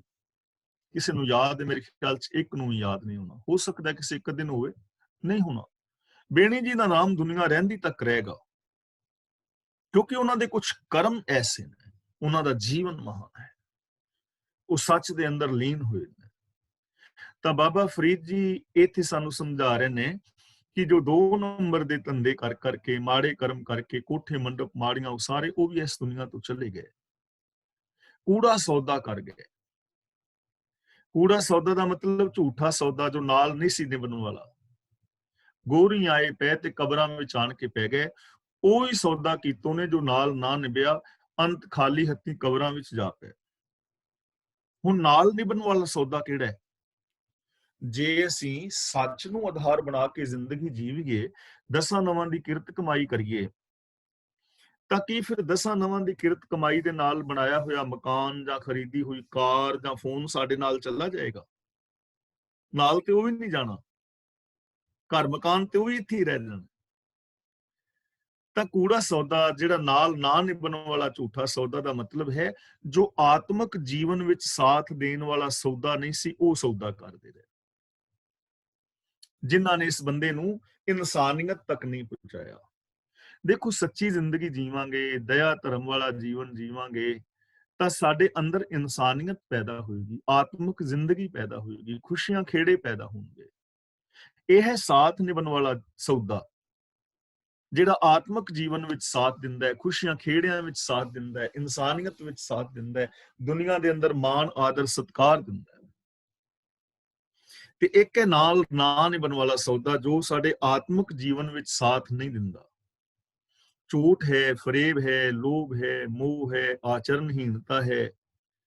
ਜਿਨ੍ਹਾਂ ਲੋਕਾਂ ਦੇ ਅੰਦਰ ਐਸੇ ਦੋਸ਼ ਕਮੀਆਂ ਹੁੰਦੇ ਨੇ, ਉਹਨਾਂ ਨੂੰ ਤੇ ਲੋਕ ਆਪਣੇ ਰਿਸ਼ਤੇਦਾਰ ਵੀ ਹੋਣ ਤੇ ਘਰ ਨਹੀਂ ਵੜਨ ਦਿੰਦੇ, ਸਗੋਂ ਦੂਜਿਆਂ ਨੂੰ ਵੀ ਡੱਕਦੇ ਨੇ ਵੀ ਵਿਆਹ ਦੇ ਵਿੱਚ ਫਲਾਂ ਬੰਦੇ ਨੂੰ ਨਾ ਯਾਰ ਬੁਲਾਈ, ਸਾਰਾ ਮਜ਼ਾ ਕਿਰਕਿਰਾ ਕਰੇਗਾ, ਕਿਉਂਕਿ ਵਿਕਾਰੀ ਹੈ ਨਾ। ਇਸ ਲਈ ਸਾਡੇ ਅੰਦਰ 2 ਤਰ੍ਹਾਂ ਦੇ ਗੁਣ ਨੇ ਔਗਣ।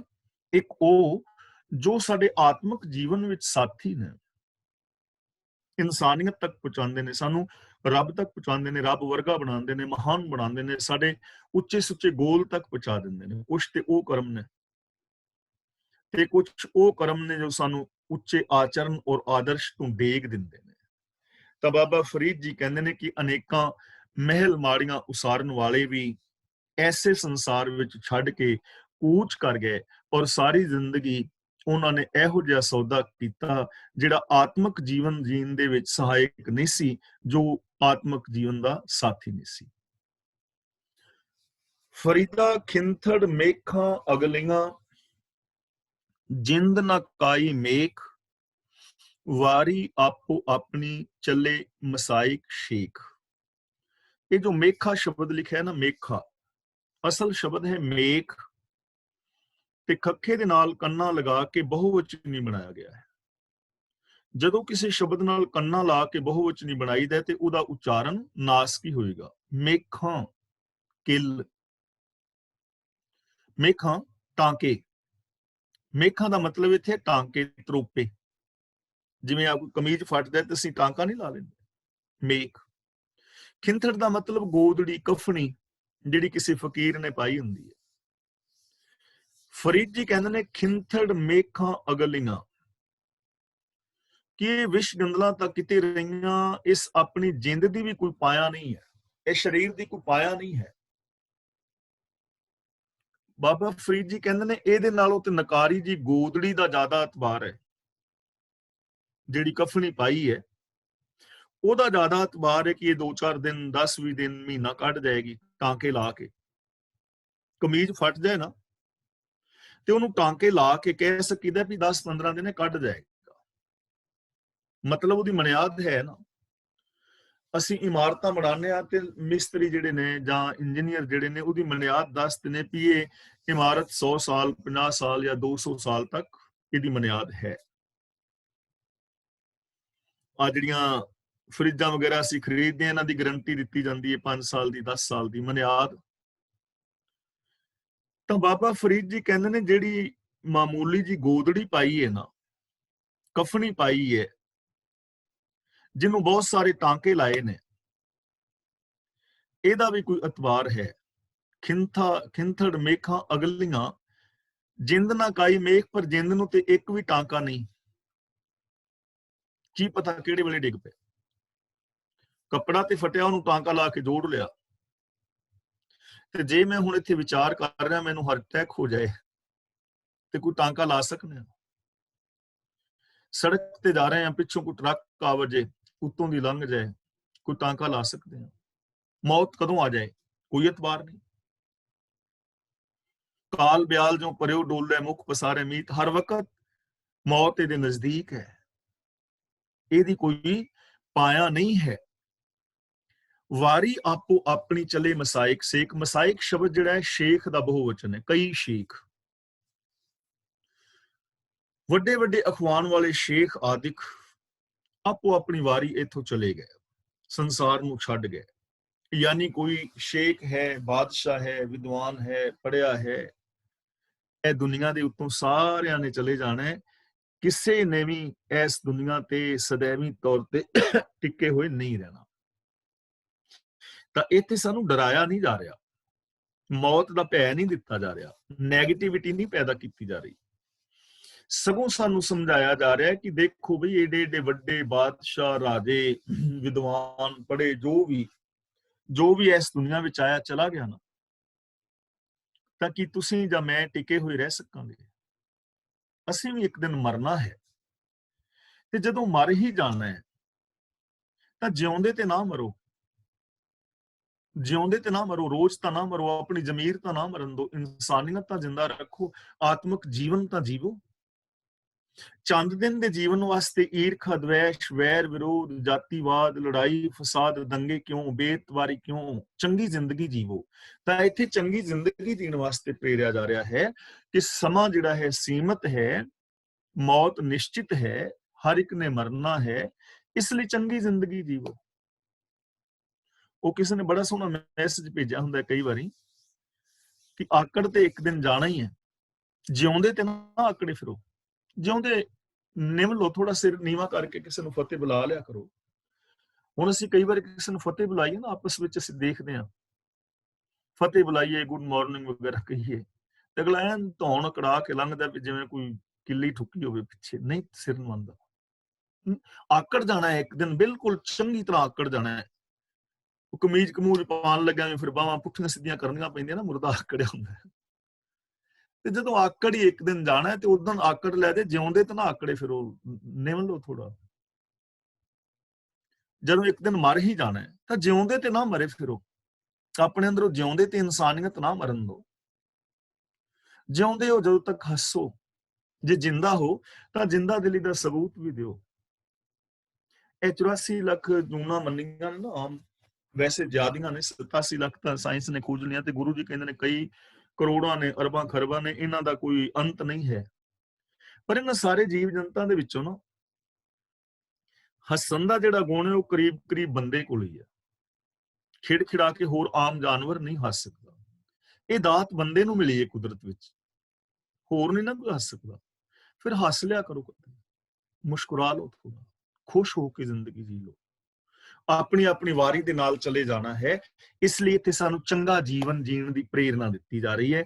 ਚੰਗੀ ਜ਼ਿੰਦਗੀ ਜੀਵੋ, ਸ਼ੁਭ ਗੁਣਾਂ ਵਾਲਾ ਜੀਵਨ ਜੀਵੋ, ਪਿਆਰ ਮੁਹੱਬਤ ਦੇ ਨਾਲ ਜੀਵੋ, ਰੱਬੀ ਰਜ਼ਾ ਦੇ ਵਿੱਚ ਜੀਵੋ। ਫਰੀਦਾ ਦੁਹੋਂ ਦੀਵੀਂ ਬਲੰਦਿਆਂ, ਮਲਕ ਬਹੀਠਾ ਆਏ, ਗੜ ਲੀਤਾ ਘਟ ਲੁੱਟਿਆ, ਦੀਵੜੇ ਗਿਆ ਬੁਝਾਏ। ਦੋ ਦੀਵੀ ਲਿਖਿਆ ਨਾ, ਦੀਵੀ ਇਹਨੂੰ ਦੀਵੀ ਨਹੀਂ ਪੜਨਾ, ਦੀਵੀ। ਦੋਹ ਦੀਵੀ ਦਾ ਮਤਲਬ ਦੋ ਦੀਵੇ, ਬਲੰਦਿਆਂ ਦਾ ਮਤਲਬ ਬਲਦਿਆਂ।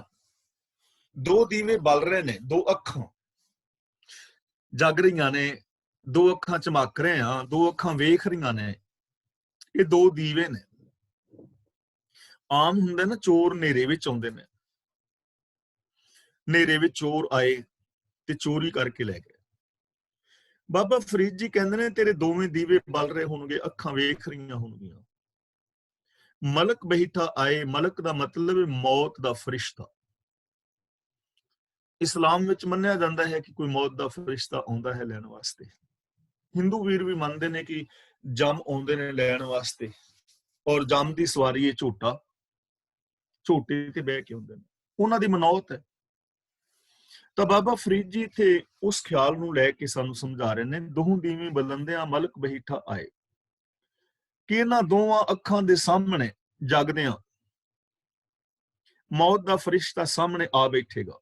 ਮਤਲਬ ਭਾਸ ਜਾਂਦਾ ਨਾ ਕਿ ਹੁਣ ਮੇਰੀ ਮੌਤ ਹੈ। ਇੱਥੇ ਮੌਤ ਦਾ ਫਰਿਸ਼ਤਾ ਦਾ ਮਤਲਬ ਇਹ ਨਹੀਂ ਕਿ ਜਮ ਕੋਈ ਡੰਡੇ ਲੈ ਕੇ ਆ ਜਾਏਗਾ। ਮੌਤ ਦਾ ਕਾਰਨ, ਜਮ ਕੀ ਹੈ? ਮੌਤ ਦਾ ਕਾਰਨ। ਜੇ ਮੇਰੀ ਬੁਖਾਰ ਨਾਲ ਮੌਤ ਹੁੰਦੀ ਹੈ ਤਾਂ ਮੇਰੇ ਵਾਸਤੇ ਜਮ ਕੀ ਹੋ ਗਿਆ? ਬੁਖਾਰ। ਜੇ ਕੈਂਸਰ ਨਾਲ ਮੌਤ ਹੁੰਦੀ ਹੈ ਤੇ ਜਮ ਹੋ ਗਿਆ ਕੈਂਸਰ। ਜੇ ਹੁਣ ਕਰੋਨਾ ਨਾਲ ਹੋ ਜਾਂਦੀ ਤਾਂ ਜਮ ਹੋ ਜਾਣਾ ਸੀ ਕਰੋਨਾ।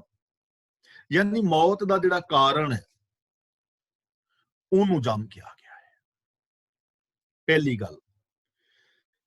ਹੁਣ ਦੂਜੀ ਗੱਲ, ਜਮ ਬਾਣੀ ਵਿੱਚ ਕਿਹਨਾਂ ਨੂੰ ਕਿਹਾ ਹੈ? ਸਰੀਰਕ ਮੌਤ ਤੇ ਸਾਰਿਆਂ ਦੀ ਆਉਣੀ ਆਉਣੀ ਹੈ, ਲੇਕਿਨ ਇੱਕ ਆਤਮਿਕ ਮੌਤ ਦਾ ਕਾਰਨ ਵੀ ਨੇ ਅਵਿਸ਼ਯ ਵਿਕਾਰ।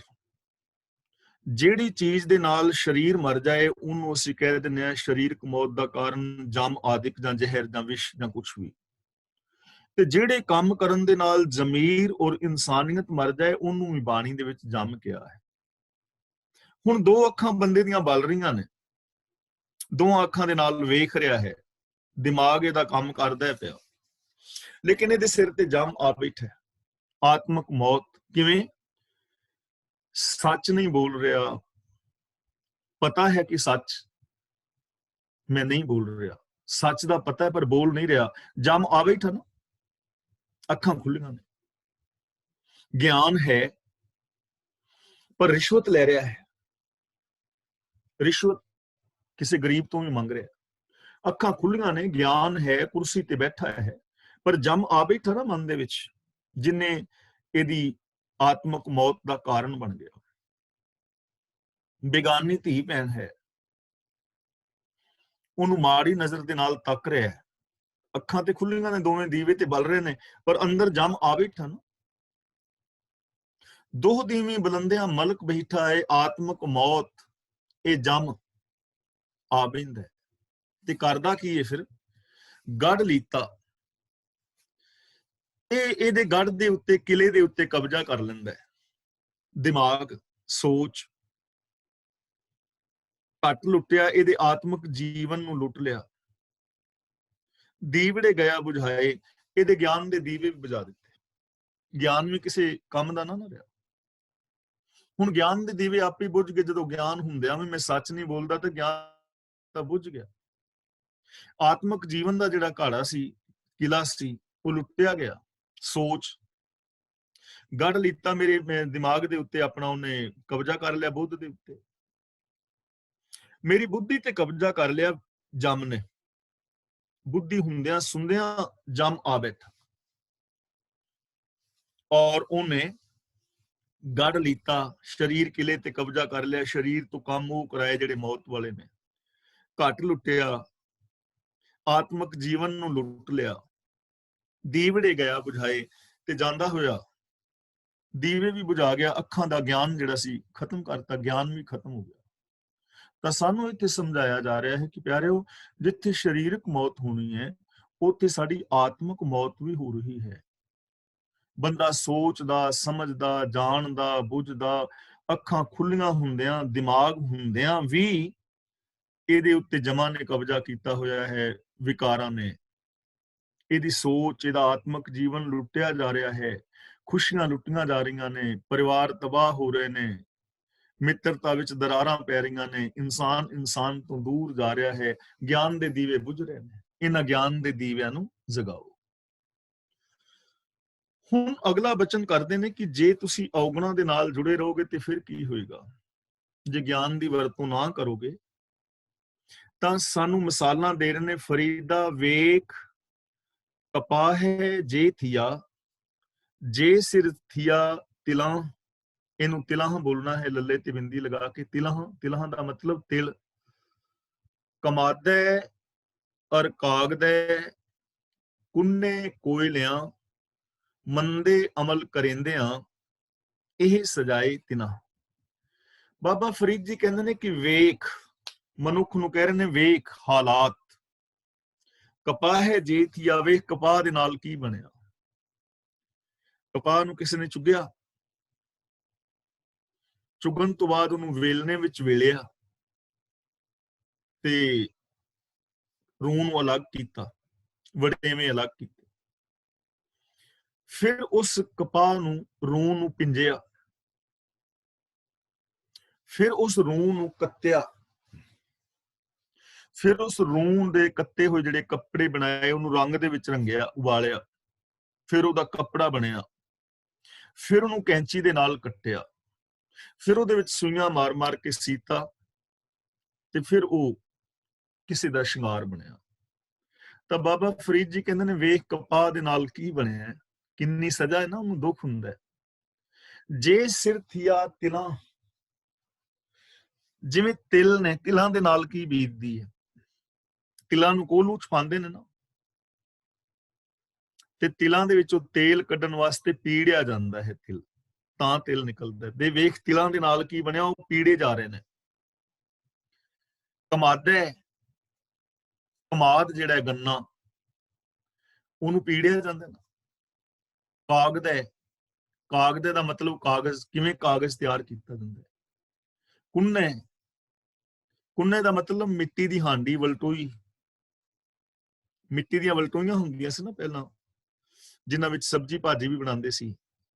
ਕਾੜਨੀਆਂ ਹੁੰਦੀਆਂ ਸਨ ਜਿਨ੍ਹਾਂ ਵਿੱਚ ਦੁੱਧ ਕਾੜਦੇ ਸੀ, ਸਾਰਾ ਦਿਨ ਉਹ ਅੱਗ ਦੇ ਉੱਤੇ ਪਈ ਰਹਿੰਦੀ ਸੀ।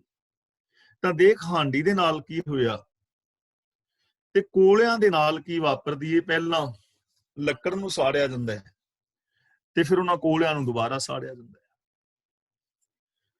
ਮੰਦੇ ਅਮਲ ਕਰੇਂਦਿਆਂ, ਹੁਣ ਕਹਿੰਦੇ ਨੇ ਜਿਵੇਂ ਇਹ ਦੁਖੀ ਹੋ ਰਹੇ ਨੇ ਨਾ, ਇਹਨਾਂ ਨੂੰ ਦੁੱਖ ਹੁੰਦਾ ਹੈ। ਮੰਦੇ ਅਮਲ ਕਰੇਂਦਿਆਂ ਇਹ ਸਜਾਏ ਤਿਨਾ, ਇਹ ਸਜ਼ਾ ਉਹਨਾਂ ਲੋਕਾਂ ਨੂੰ ਮਿਲਦੀ ਹੈ ਜਿਹੜੇ ਵਿਸ਼ ਗੰਦਲਾਂ ਦੀ ਖਾਤਰ ਮੰਦੇ ਕੰਮ ਕਰਦੇ ਨੇ। ਯਾਨੀ ਦੁਨਿਆਵੀ ਪਦਾਰਥਾਂ ਦੀ ਖਾਤਰ ਜਿਵੇਂ ਜਿਵੇਂ ਬੰਦਾ ਮੰਦੇ ਕੰਮ ਕਰਦਾ ਹੈ, ਈਰਖਾ, ਦਵੈਸ਼, ਵੈਰ ਵਿਰੋਧ, ਪਾਪ, ਲੜਾਈ, ਦੰਗੇ, ਫਸਾਦ, ਫਿਰ ਉਹ ਐਵੇਂ ਪੀੜਿਆ ਜਾਂਦਾ ਹੈ, ਮਾਨਸਿਕ ਤੌਰ ਤੇ ਦੁਖੀ ਹੁੰਦਾ ਹੈ। ਉਹਦੀ ਜ਼ਿੰਦਗੀ ਦੇ ਅੰਦਰ ਦੁੱਖ ਹੁੰਦੇ ਨੇ। ਔਰ ਕਿੰਨੇ ਸਾਰੇ ਐਸੇ ਲੋਕ ਨੇ ਜਿਨ੍ਹਾਂ ਵਿੱਚ ਅਸੀਂ ਖੁਦ ਵੀ ਸ਼ਾਮਲ ਹਾਂ ਕਿ ਕੋਈ ਛੋਟੀਆਂ ਮੋਟੀਆਂ ਗਲਤੀਆਂ ਹੋਈਆਂ, ਉਹਨਾਂ ਗਲਤੀਆਂ ਦੀ ਕਿੰਨੀ ਵੱਡੀ ਵੱਡੀ ਸਜ਼ਾ ਬੰਦਾ ਭੋਗਦਾ ਹੈ ਮਾਨਸਿਕ ਤੌਰ ਤੇ। ਜੇਲ੍ਹਾਂ ਵਿੱਚ ਤੁਸੀਂ ਚਲੇ ਜਾਓ, ਉੱਥੇ ਜਿਹੜੇ ਵਿਚਾਰੇ ਅਪਰਾਧੀ ਨੇ ਨਾ, ਉਹਨਾਂ ਨਾਲ ਜਦੋਂ ਗੱਲਬਾਤ ਕਰੋਗੇ ਜਾਰ ਜਾਰ ਰੋਂਦੇ ਨੇ ਕਿ ਸਾਡੇ ਤੋਂ ਭੁੱਲ ਹੋਈ, ਇਹ ਕੰਮ ਨਹੀਂ ਸੀ ਕਰਨਾ ਚਾਹੀਦਾ, ਪਰ ਹੁਣ ਉਹਦਾ ਕੋਈ ਸੋਲੂਸ਼ਨ ਨਹੀਂ ਹੈ ਨਾ। ਤੇ ਬਹੁਤੀ ਵਾਰੀ ਬਾਹਰ ਆਣ ਕੇ ਕੰਮ ਫਿਰ ਗਲਤ ਕਰਦੇ ਨੇ। ਇੱਕ ਵੱਖਰਾ ਟੌਪਿਕ ਹੈ, ਇਹਦੇ ਵਾਸਤੇ ਇੱਕ ਵੱਖਰੀ ਵਿਚਾਰ ਵਾਸਤੇ ਟਾਈਮ ਚਾਹੀਦਾ ਹੈ। ਤਾਂ ਇਹ ਸਜ਼ਾ ਮਿਲਦੀ ਹੈ, ਮਾਨਸਿਕ ਤੌਰ ਤੇ ਬੰਦਾ ਪਰੇਸ਼ਾਨ ਰਹਿੰਦਾ ਹੈ। ਅਸੀਂ ਦੇਖਦੇ ਹਾਂ ਚਾਰ ਚੁਫੇਰੇ ਚੌਗਿਰਦੇ ਸਮਾਜ ਦੇ ਅੰਦਰ ਕਿ ਜੋ ਵਿਸ਼ੇ ਵਿਕਾਰ, ਪਾਪ, ਅਪਰਾਧ ਕਮਾਉਣ ਵਾਲੇ ਨੇ, ਉਹ ਆਪ ਤੇ ਦੁਖੀ ਹੈ ਹੀ ਹੈ, ਬਿਲਕੁਲ ਦੁਖੀ ਨੇ, ਤੇ ਉਹ ਸੁੱਖ ਦੀ ਨੀਂਦ ਦੂਜਿਆਂ ਨੂੰ ਵੀ ਨਹੀਂ ਸੌਣ ਦਿੰਦੇ। ਤੁਸੀਂ ਹੁਣ ਘਰਾਂ ਚੋਂ ਆਏ ਹੋ ਤੇ ਤੁਹਾਨੂੰ ਲੋਕ ਲਾ ਕੇ ਆਉਣ ਦੀ ਕਿਉਂ ਲੋੜ ਪਈ? ਸਿਕਿਉਰਿਟੀ ਕੈਮਰੇ, ਸਿਕਿਉਰਿਟੀ ਅਲਾਰਮ ਤੁਸੀਂ ਕਿਉਂ ਲਵਾਏ ਹੋਏ ਨੇ? ਡੰਗਰਾਂ ਕਰਕੇ ਥੋੜਾ, ਬਾਂਦਰਾਂ ਕਰਕੇ ਥੋੜਾ, ਕੁੱਤਿਆਂ ਕਰਕੇ ਥੋੜਾ, ਬੰਦਿਆਂ ਕਰਕੇ। ਗੁਰਦੁਆਰੇ, ਮੰਦਿਰ, ਮਸੀਤਾਂ ਦੇ ਵਿੱਚੋਂ ਜੁੱਤੀਆਂ ਕੋਈ ਕੁੱਤੇ ਬਾਂਦਰ ਥੋੜੀ ਚੁੱਕ ਕੇ ਜਾਂਦੇ ਨੇ, ਬੰਦੇ ਚੁੱਕਦੇ ਨੇ। ਰੀਜਨ ਕਿ ਮਾੜੇ ਕਰਮ ਆਪ ਵੀ ਦੁਖੀ ਨੇ ਤੇ ਦੂਜਿਆਂ ਦੀ ਵੀ ਨੀਂਦ ਭੰਗ ਕੀਤੀ ਹੋਈ ਹੈ। ਇਸ ਲਈ ਬਾਬਾ ਫਰੀਦ ਜੀ ਕਹਿੰਦੇ ਨੇ ਕਿ ਮੰਦੇ ਕੰਮ ਕਰਦਿਆਂ ਇਹੋ ਜਿਹੀ ਸਜ਼ਾ ਜਿਹੜੀ ਹੈ ਉਹ ਬੰਦੇ ਨੂੰ ਮਿਲਦੀ ਹੈ। ਇਹੋ ਜਿਹੇ ਦੁੱਖਾਂ ਦੁੱਖ ਜਿਹੜੇ ਨੇ, ਮਾਨਸਿਕ ਪਰੇਸ਼ਾਨੀਆਂ ਜਿਹੜੀਆਂ ਨੇ, ਉਹ ਬੰਦੇ ਨੂੰ ਭੁਗਤਣੀਆਂ ਪੈਂਦੀਆਂ ਨੇ। ਇਸ ਲਈ ਜਦੋਂ ਤੱਕ ਇਹ ਜ਼ਿੰਦਗੀ ਹੈ ਭਾਈ, ਇਸ ਜੀਵਨ ਨੂੰ ਖੁਸ਼ੀਆਂ ਦੇ ਨਾਲ ਬਿਤਾਓ, ਸੱਚ ਨੂੰ ਆਧਾਰ ਬਣਾ ਕੇ ਇਸ ਜ਼ਿੰਦਗੀ ਨੂੰ ਜੀਣ ਦਾ ਯਤਨ ਕਰੋ, ਜਿਸ ਕਰਕੇ ਇਹ ਜੀਵਨ ਜਿਹੜਾ ਹੈ ਸੁਖੀ ਸ਼ਾਂਤ ਹੋ ਸਕੇ, ਔਰ ਇਹ ਜਿਹੜਾ ਸਾਡਾ ਸੰਸਾਰ ਹੈ ਇਹ ਬੇਗਮ ਪੂਰਾ ਹੋ ਸਕੇ, ਔਰ ਇਹ ਪੋਸੀਬਿਲਿਟੀ ਹਰ ਇਨਸਾਨ ਦੇ ਅੰਦਰ ਹੈ। ਤਾਂ ਅੱਜ ਦੇ ਜੋ ਸ਼ਲੋਕ ਅਸਾਂ ਵਿਚਾਰੇ ਨੇ, ਇਹਨਾਂ ਸ਼ਲੋਕਾਂ ਵਿੱਚ ਜੇ ਕਿਸੇ ਵੀਰ ਭੈਣ ਦਾ ਕੋਈ ਸਵਾਲ ਹੈ ਤਾਂ ਉਹ ਸਵਾਲ ਕਰ ਸਕਦੇ ਹੋ। ਜੇ ਕਿਸੇ ਵੀਰ ਭੈਣ ਨੇ ਆਪਣੇ ਵਿਊਜ਼ ਦੇਣੇ ਨੇ ਤਾਂ ਉਹ ਵਿਊਜ਼ ਦੇ ਸਕਦੇ ਹੋ। ਅਨਮਿਊਟ ਹੋ ਜਾਓ। ਵੀਰ ਤ੍ਰਿਲੋਚਨ ਸਿੰਘ ਜੀ ਨੂੰ ਬਾਰ-ਬਾਰ ਨਾ ਕਹਿਣਾ ਪਵੇ। ਹੁਣ ਅਗਲੀ ਕਾਰਵਾਈ ਵੀਰ ਤ੍ਰਿਲੋਚਨ ਸਿੰਘ ਜੀ ਕਰਨਗੇ ਵਾਸਤੇ। ਜਿਨ੍ਹਾਂ ਨੇ ਕੋਈ ਸਵਾਲ ਪੁੱਛਣਾ ਹੈ ਜਾਂ ਵਿਊਜ਼ ਦੇਣੇ ਨੇ ਉਹ ਅਨਮਿਊਟ ਹੋ ਜਾਓ। ਤੇ ਅੱਜ ਦੀ ਕਲਾਸ ਇੱਥੇ ਸਮਾਪਤ ਕਰਦੇ ਹਾਂ। ਬਾਕੀ ਫੇਸਬੁੱਕ ਤੇ ਜੋ ਮੇਰੇ ਵੀਰ ਭੈਣਾਂ ਬੱਚੇ ਸਰਵਣ ਕਰ ਰਹੇ ਨੇ ਉਹਨਾਂ ਦਾ ਤਹਿ ਦਿਲੋਂ ਧੰਨਵਾਦ ਜੋ ਆਪ ਇੰਨਾ ਪਿਆਰ ਬਖਸ਼ਦੇ ਹੋ। ਵਾਹਿਗੁਰੂ ਜੀ ਕਾ ਖਾਲਸਾ, ਵਾਹਿਗੁਰੂ ਜੀ ਕੀ ਫਤਿਹ।